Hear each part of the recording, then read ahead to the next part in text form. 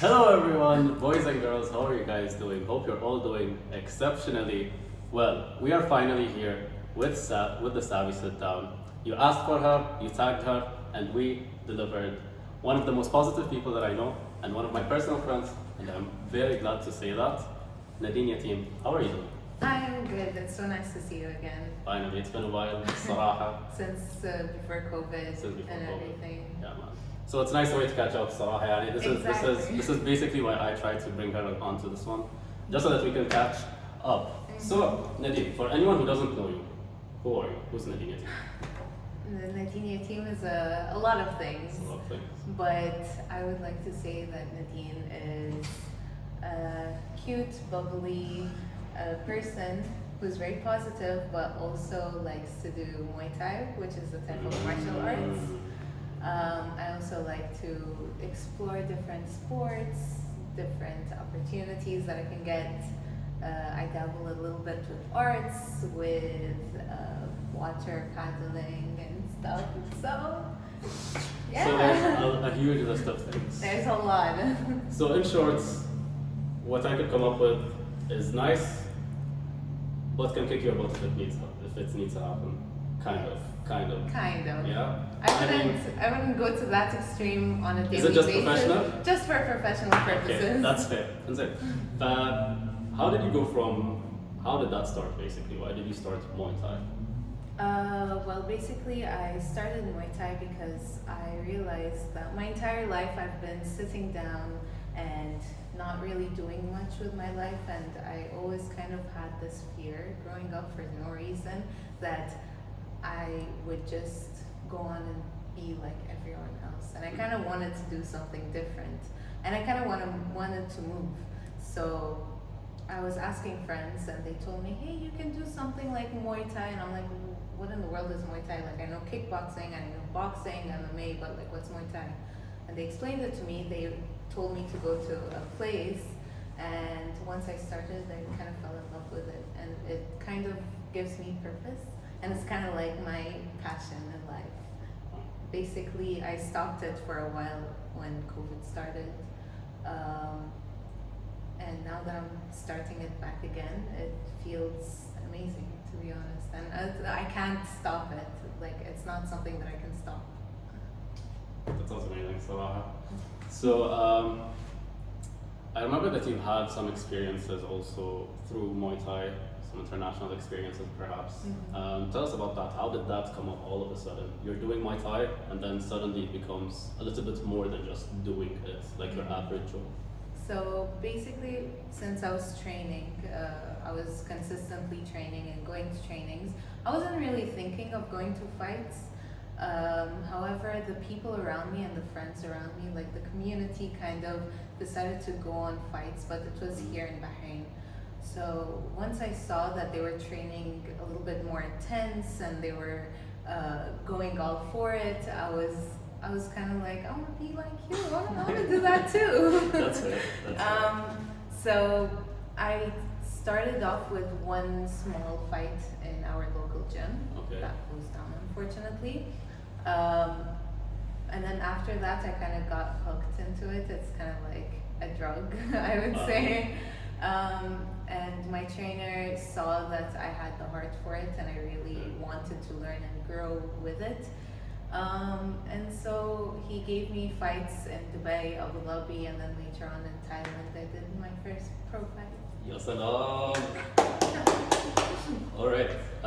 And how did that going to like Thailand, a totally different culture for fighting? I know fighting there is also so much bigger than in Bahrain. How did getting that international experience affect you as a person and in your fighting? Well, basically going to Thailand and just training alone, like with no fight or anything, because I went there to train and I wasn't expecting to come out with a fight. But you would see kind of the discipline that they go on to have, and you basically had to wake up early in the morning, go for a run, go to training, and then later on in the afternoon you do the same thing, you go for a run, go to training, and that's like every day of the week. And you can have like 1 day rest maybe. Wow. So you kind of had to have that like discipline and heart for it, and it's kind of taught me how to, like, if I want something and I put my heart into it, I will do it, and I will run 5K and then go to training, or end up with a fight after it. Was the diet the same, or did they like have you eating 24/7? Basically, they made us eat after every training. Okay. But you'd expect them to make me eat like healthy salads and stuff, but honestly, we just walked across from the gym that we had. There was like a cute little Thai lady with like rice and chicken. That's anything basically. Yeah, I loved it. But it was amazing food, and I'd like honestly eat that and like soup and go back to training. Nice. So it wasn't like anything too structured, salad, nutritional. It was just something to get calories in. Honestly, I realized with that if you train enough and you eat kind of well, like a normal person, I think would eat. I don't want to say a normal person, but yeah, if you eat well-ish and train well, then you can honestly eat whatever you want. You don't have to go into a specific diet unless you have like allergies or whatnot. Fair enough. We'll get what are they called? The people that create diets, what are they called? Nutritionists. We'll get a nutritionist next time to give us more information on that regard, hopefully. If you know any young nutritionists in Bahrain, tag them in the video. Alright, so right now, Nadeen, I know being a girl in Bahrain and pursuing something like this doesn't necessarily always come with a lot of support with it. So how is it challenging to you, and how do you deal with it basically? Even when you started, as it got a little bit bigger, how did that go? How did that shape you basically?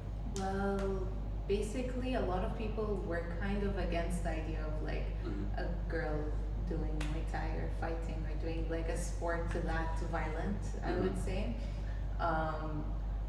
So it got to a point where even my family, like my parents, would like kind of not want me to do Muay Thai, or they would tell me that it's like not a girl sport and I should be more feminine and more ladylike and whatnot. But also I tried to make them understand that if you think about it, no sport is ladylike in like society's eyes, and you kind of just have to go for it. And I kind of wanted, like, all the hate with it and all the people telling me that I can't do it kind of gave me like this sort of drive to continue, and I kind of really wanted to be the first Bahraini female fighter. Alright. Sounds very inspiring actually. Thank you. Alright, other than that, other than Muay Thai, what other sports do you do? And just in general, why do you do this many sports anyways? People usually find something and they're like, alright, I'll stick with this. You have Muay Thai, you have lifting, you have the CrossFit and a few other things here and there. What is it, basically? So basically I just started lifting during COVID as well, because Muay Thai kind of stopped, and that was because my gym closed, so I kind of needed something to get me going. And with that, I kind of explored a lot of different sports. So I dabbled a little bit in calisthenics, with the lifting, and I do pole in carousel and like flexibility. Yeah, and I do paddle, water sports, with beach culture. Yes, hello. Yeah. Plug us there. Yeah, exactly.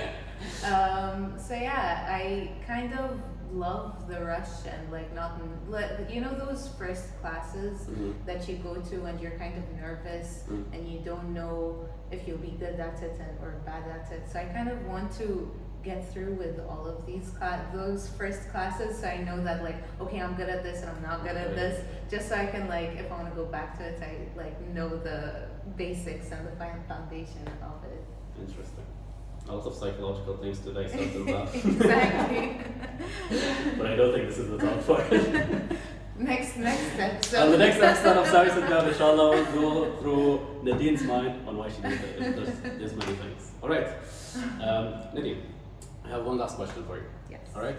So as you know, Savii is more about financial independence for the youth and educating them on how to become financially independent in the future. Now you're 13, 14, 15.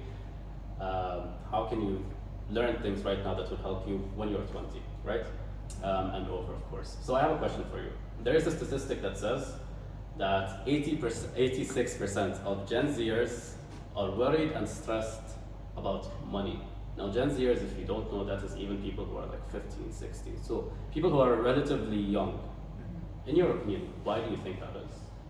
well, I feel like society kind of puts pressure on people to like think ahead into the future, and like how money's running out and everything is becoming more expensive. So the youth are now getting more scared within it, and that's making them very stressed, and it's making them, okay, now I have to go find a job, I have to, how am I gonna get money? And they resort sometimes to ways that like they shouldn't really like get money through like dumb ways. But like I feel like because of that pressure that like everyone's like, we are in a financial crisis or something like that, or people are looking through with like Bitcoin and like cryptocurrency and whatnot. So they're trying to find ways to get that money, and they're stressed with that. But I feel like it shouldn't be as stressful as it sounds. And if they just have like a little bit of a guiding hand to like help them get through and understand more about money, they wouldn't be too stressed about it, hopefully. I 100% agree with that last statement. All right, Nadeen, I guess any last words? I wanted to say thank you, first of all, for having me in this show. And I just want to say that I hope everyone can get to do what they want to do and what they love to do. Perfect. Thank you guys very much for tuning in. Please tag below whoever you want us to have next in the Savii Sit Down, and we will see you next time. Peace out.